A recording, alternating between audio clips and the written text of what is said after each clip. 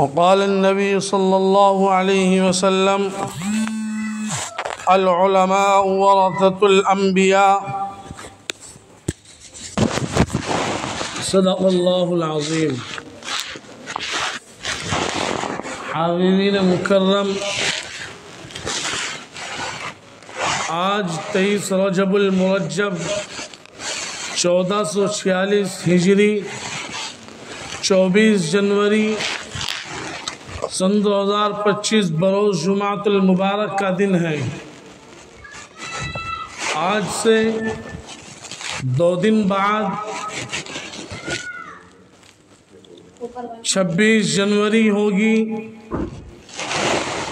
جسے ہندوستان کی سرزمین پر 2 دن یادگار کے طور پر منائے جاتے ہیں۔ ایک 26 جنوری کا، دوسرا 15 اگست کا۔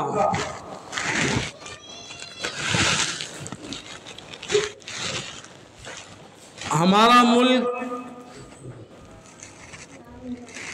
ایک دور میں انگریز اس پر قابض ہو گیا تھا، جس کے ذریعے اس ملک کے اندر تحریک آزادی چلی۔ اس ملک کی حفاظت کرنے کے لیے ان سے لڑائی لڑی گئی، لیکن لوگ 1557 کی بات کرتے ہیں، لیکن 1557 سے 100 سال پہلے ملک کے اندر لڑائی قائم تھی۔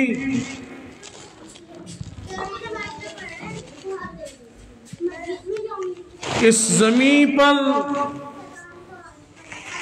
غیروں کا اتنا پسینہ نہیں بہا جتنا علماء کا خون اس زمین کے اندر دفن ہے۔ لیکن افسوس صد افسوس، آج جس طرح ہمیں ملک کی تاریخ بتائی جاتی ہے، ملک کی تاریخ سمجھائی جاتی ہے، ہم اسی کو سمجھ کر اسی پر قیاس کر لیتے ہیں، اور ہم جاننے کی کوشش نہیں کرتے، ہم اس کو پڑھنے کی کوشش نہیں کرتے۔ آج ملک کے اندر جب انگریز قابض ہوا تھا تو سب سے پہلے بنگال کی سرزمین پر ایک 17 سالہ نوجوان نواب سراج الدولہ کے نام سے انگریز کے مد مقابل آ کر چٹان بنا رہا۔ اسی طرح لڑائی قائم رہی۔ اس کے بعد شیر خدا ٹیپو سلطان شہید رحمت اللہ علیہ ان سے مقابلہ کرتے رہے۔ اسی طرح اکابر دارالعلوم دیوبند نے انگریزوں کا مقابلہ کیا اور لڑائی لڑی، لیکن افسوس صد افسوس، آج ہمارا مسلمان، آج ہم اپنی تاریخ سے، اپنی قربانیوں سے ناآشنا ہے۔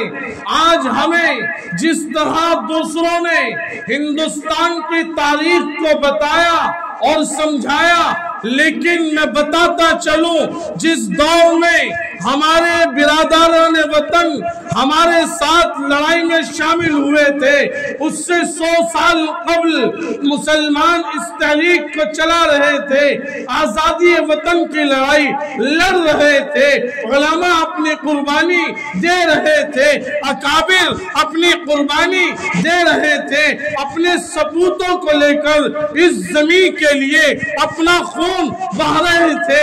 اسی طرح جب یہ جنگ چلتی رہی، حضرت شاہ سلطان شاہ عبدالعزیز محدث دہلوی اپنا ایک قافلہ لے کر دلی کی سرزمین سے چلتے ہیں اور دلی کی سرزمین سے چلتے ہوئے مراد نگر اور میرٹھ کو ہوتے ہوئے وہ بالا کوٹ پر جاتے ہیں اور یہ جنگ اس طرح چلتی جاتی ہے۔ لیکن آج ہمیں تاریخ سے ناآشنا رکھا جاتا ہے، ہمیں تاریخ سے ناواقف رکھا جاتا ہے۔ میرے بھائی، جب یہ جنگ چلی اور 2 لڑائی ہو چکی تھی تو پھر تھانہ بھون کی سرزمین پر ایک مشورہ کیا گیا، ایک اجلاس بلایا گیا جس میں 100-125 کے قریب علماء اکرام تھے اور کچھ لوگ تھے، ان کی تعداد غازیان بدر سے کچھ تجاوز تھی۔ تدابیر ہوتی ہے، اپنا امیر چنتے ہیں، حاجی امداد اللہ مہاجر مکی کو اپنا امیر چنتے ہیں، ان کے ہاتھ پر بیعت کرتے ہیں۔ حجت الاسلام مولانا قاسم نانوتوی، مولانا رشید احمد گنگوئی اور اسی طرح اس وقت کے اکابر اور لوگ ان کے ہاتھ پر مسلمانان ہند بیعت کرتے ہیں اور لڑائی جاری تھی۔ انگریز تھانہ بھون کی سرزمین پر ایک توپ کدا لے کر آیا۔ مولانا قاسم نانوتوی کو معلوم ہوا، آج لوگ کہتے ہیں اکابر نے کیا کیا ہے، دارالعلوم نے کیا دیا ہے، علماء نے کیا کیا ہے۔ وہ ایک محدث تھے اور مسند پر بیٹھ کر قرآن و حدیث کا درس دے رہے تھے۔ جب اس ہندوستان کی زمین کو ان کی ضرورت پڑی، اپنے قلموں کو بالائے طاق رکھ دیا، اپنے اسباب کو چھوڑ دیا، مسند کو چھوڑ دیا اور میدان کارزار میں آ گئے۔ جب پتہ چلا رشید احمد گنگوئی کو، تو سہارنپور کی زمین سے تھانہ بھون تشریف لے آئے اور یوں لڑائی ہوئی۔ وہ ایک تھانہ بھون کے علاقے میں جو باغ تھا وہاں چھپ گئے۔ جب دیکھا وہ لڑائی چل پڑی ہے اور انگریز ایک توپ کو لے کر آ رہا ہے، وہ ان پر حملہ کرتے ہیں۔ انگریز ڈر جاتا ہے، خوف کھا جاتا ہے اور اس طرح وہ اپنے توپ گدے کو چھوڑ کر چلا جاتا ہے۔ مولانا رشید احمد گنگوئی اس توپ گدے کو حاجی امداد اللہ مہاجر مکی کے تھانہ بھون میں ان کے خانقاہ کے سامنے لا کر پٹک دیتے ہیں۔ اس طرح لڑائی چلتی ہے، جنگ تھی۔ حاجی امداد اللہ مہاجر مکی کو سونڈی سے نیچے، ناک سے نیچے گولی لگتی ہے، آپ شہید ہو جاتے ہیں۔ اس طرح پھر تحریکیں چلتی ہیں، چلتی جاتی ہیں۔ شاہ عبدالعزیز نے فتویٰ دیا ہے، انگریز یہ ملک دارالحرب بن چکا ہے، دارالامن نہ رہا، یہ ملک جنگ کا میدان بن چکا ہے۔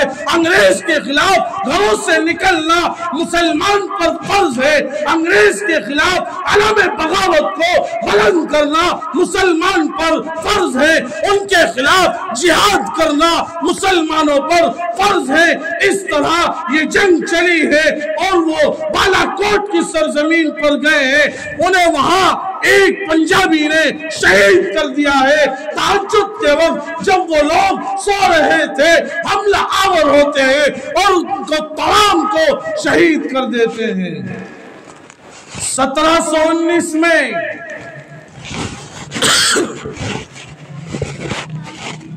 جمعیت علماء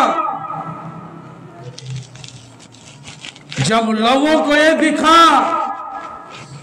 کہ ہماری کوئی تنظیم ہونی چاہیے، کوئی ایسی تنظیم جو انگریزوں کا مقابلہ کر سکے، تو 1719 میں جمعیت علماء کا وجود ہوا اور پھر ان ثبوتوں نے سرزمین ہند کے لیے कुर्बानियां दी और रेशमी रुमाल तहरीक शेखुल हिंद मौलाना महमूद हसन देवबंदी ने वो चलाई और अंग्रेज के खिलाफ जंग का ऐलान किया। अंग्रेज ने शेखुल हिंद रहमतुल्लाहि अलैह को गिरफ्तार कर लिया और माल्टा की जेल के अंदर उन पर जुल्म और जबर किया, जुल्म और बर्बरियत की। आपके बदन को लोहे के सरिये से दागा जाता था और उनका कहना ये था, महमूद हसन आज तुम अपने कलम से ये बात जारी कर दो, अंग्रेज के खिलाफ हमें नहीं निकलना, अलम बगावत नहीं करनी, उनसे जंग हम नहीं करते, हम आजाद कर देंगे। आओ मौलाना महमूद हसन देवबंदी कहते हैं, उस रब्बे काबा की कसम जिसने मेरी जान में जान रखी है, मैं अपनी कौम का सौदा नहीं करूंगा, मैं अपनी कौम को बेचूंगा नहीं। मेरे नबी ने फरमाया अपने वतन से मोहब्बत करना ईमान का हिस्सा है। वो याद करें जब अल्लाह के नबी को अरब वालों ने मक्का छोड़ने पर मजबूर किया, आप कदम ब कदम आगे जा रहे हैं, पीछे मुड़ के देखते हैं और कहते जाते हैं, और मेरे शहर और अल्लाह के घर मक्का मैं तेरे पास दोबारा चल कर आऊंगा। आपके दिल में अपने वतन से मोहब्बत थी, उस मोहब्बत को महमूद हसन देवबंदी ने उजागर किया और कहा मैं अपनी कौम का सौदा नहीं करूंगा, कौम को तबाह बर्बाद नहीं करूंगा, कौम को पिटने नहीं दूंगा, कौम का पैसा खाकर उसकी दलाली नहीं करूंगा।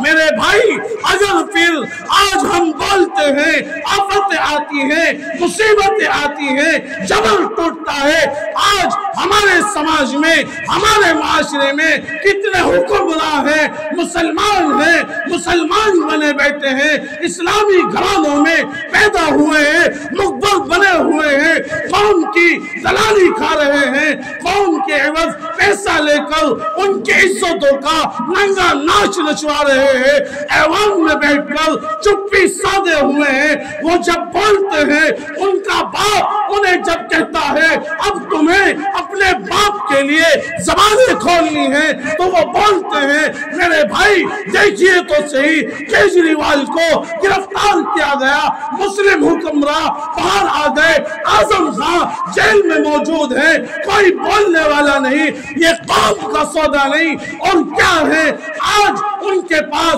ताकत है, ऐवान है, हुक्मरानी है और कौम का सौदा किए हुए हैं। मेरे भाई वो अकाबिर थे जिन्होंने कौम का सौदा और कौम के एवज अपनी जमीन का सौदा नहीं होने दिया। आज लोग पूछते हैं इन मदारिस ने हमें क्या दिया, मैं बताता हूं। मौलाना महमूद हसन देवबंदी ज़ौक़ की वजह से, जिस्म में कमजोरी होने की वजह से थोड़ा झुककर चलने लगे, कमर मुरझाया करती थी, अंग्रेज को सामने देखते थे, सीधे चलते थे, बदन तान कर चलते थे। किसी ने सवाल करने वाले ने सवाल किया, शेख आपके जिस्म में कमजोरी है, आप झुककर चलते हैं, लेकिन अंग्रेज को देखते ही आप सीधे हो जाते हैं, सीना सुपर हो जाते हैं, वजह क्या है? कहने लगे मैं ये जाहिर नहीं करता अंग्रेज मुझे समझे, महमूद हसन बूढ़ा हो गया, कमजोर हो गया, मरते दम तक, जब तक मेरी जान में जान है, मैं इस हिंदुस्तान के लिए और आजादी वतन के लिए यूं ही लड़ता रहूंगा। मेरे भाई आप क्या क्या पूछेंगे? अकाबिर की कुर्बानी, अकाबिर ने आजादी के लिए इस मुल्क को क्या दिया है? मौलाना का इंतकाल हुआ, गुस्ल किया गया तो देखा आपकी कमर में गड्ढे मौजूद हैं, गोश्त नजर नहीं आ रहा। सवाल किया गया क्या हुआ?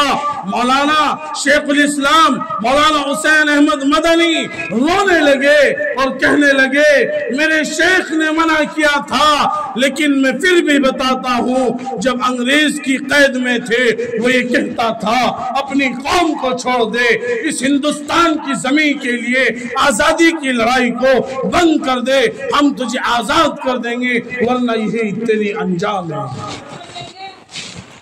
मेरे भाई, आज क्या मजबूरी है हमारे मुसलमानों पर। मैं ये नहीं कहता आप अपने बच्चों को स्कूल कॉलेज में मत भेजना चाहिए, असली तालीम देनी चाहिए, लेकिन मैं आपसे सवाल करता हूँ क्या मजबूरी थी कि 4, 11, 12, 10 और इनसे आगे की बच्चियां, मुसलमान घरानों की बच्चियां 26 जनवरी या 15 अगस्त या कौमी त्योहार जब मनाने जाती हैं, वो स्टेज पर उनके जिस्म की नुमाइश कराई जाती है, उनको टाइट कपड़े पहनाए जाते हैं, सर से दुपट्टा उतरवा दिया जाता है, डांस करवाए जाते हैं, ड्रामे दिए जाते हैं, ऐसे ऐसे ड्रामे जो उनका तारा बदन हरकत करे, लर्जाए, कांपे, हर एक बदन का एक एक हिस्सा अपनी नक्ल हरकत से सामने वाले को नुमाया कर कर दिखाए। उसमें बूढ़े भी हैं, जवान भी हैं, उसका बाप है, उस बेहया बाप को क्यों शर्म नहीं आती? वो ये क्यों नहीं कहता चाहे स्कूल में 10,000, 15,000 रुपए खर्च कर कर अपनी बच्चे की बदन की ज़ेबो ज़ीनत करा रहा है? वो क्यों नहीं कहता मेरा शियार, मेरा इस्लाम, मेरा ईमान इस चीज की गवाही नहीं देता? उस दिन बाप अपनी बच्ची को मेकअप कराकर, जो घर की 4 दीवारी की जीनत थी, जिसे पर्दे में रखना था, जिस पर किसी की नजर नहीं उठनी थी, जिसे किसी को नहीं देखना था, वो बाप खुद बेशरम बनकर, बेहया बनकर, पाक ज़मीर को बर्बाद कर कर, अपना ज़मीर मारकर स्कूल के सहन में बैठकर अपनी बच्ची के जिस्म की नुमाइश पर हिजड़ों की तरह हथेली पटकाता है। मेरे भाई, क्या मजबूरी थी? क्या बस यही कि 2-4 नाम उन्होंने हमें बता दिए, हमने सुन लिए? अपने अकाबिर की तारीख अगर आपको देखनी है, गैर तुम्हें तुम्हारे अकाबिर की तारीख नहीं बताएगा। 74,000 उलमा इकराम ने दिल्ली चांदनी चौक से लेकर खैबर के दरख्तों पर उलमा की लाशें लटकी हुई थी। आप क्या समझते हैं? मौलाना अहमदुल्लाह गफूर आपको बोरी में बंद कर कर तोप के सामने लटका दिया गया, तोप का गोला छोड़ा गया, आपका जिस्म छन्नी होकर हवाओं में उड़ गया, आज तक आपके जिस्म को कोई तलाश नहीं कर पाया। मेरे भाई, अंग्रेज के खिलाफ शेखुल इस्लाम मौलाना हुसैन अहमद मदनी ने फतवा दिया, अंग्रेज की फौज में भर्ती होना हराम है। लाहौर में आपको अदालत में बुलाया गया, आपको कटघरे में खड़ा किया गया और कहा हुसैन अहमद तुमने क्या कहा, तुम जानते हो इसकी सजा क्या है? कहा मैं कहता नहीं, मैं अब भी कहता हूं, अंग्रेज की फौज में भर्ती होना حرام ہے، حرام ہے، حرام ہے۔ انگریز کہتا ہے میرے قلم کی طاقت نہیں پتا، وہ کہتے ہیں پتا ہے، دیوبند سے چلا تھا، اپنے سوٹ کیس میں، اپنے سامانوں میں، اپنے کفن کا کپڑا خود لے کر آیا تھا، مجھے یہ گوارا نہیں کہ میں انگریز کے پیسوں کا کفن اپنے جسم پر گراؤں۔ اور آج ہم انگریزوں کے پٹھو بنے ہوئے ہیں۔ آج ہم نے اپنے اکابر کی تاریخ کو بھلا دیا۔ آج اگر مسلمان نوجوان کریں گے تو کیا، اپنی چھتوں پر بڑے بڑے کولم رکھ کر گانے بجائیں گے، عیاشی کریں گے، مکاری کریں گے، پتنگ بازی کریں گے، اس کے علاوہ کچھ نہیں۔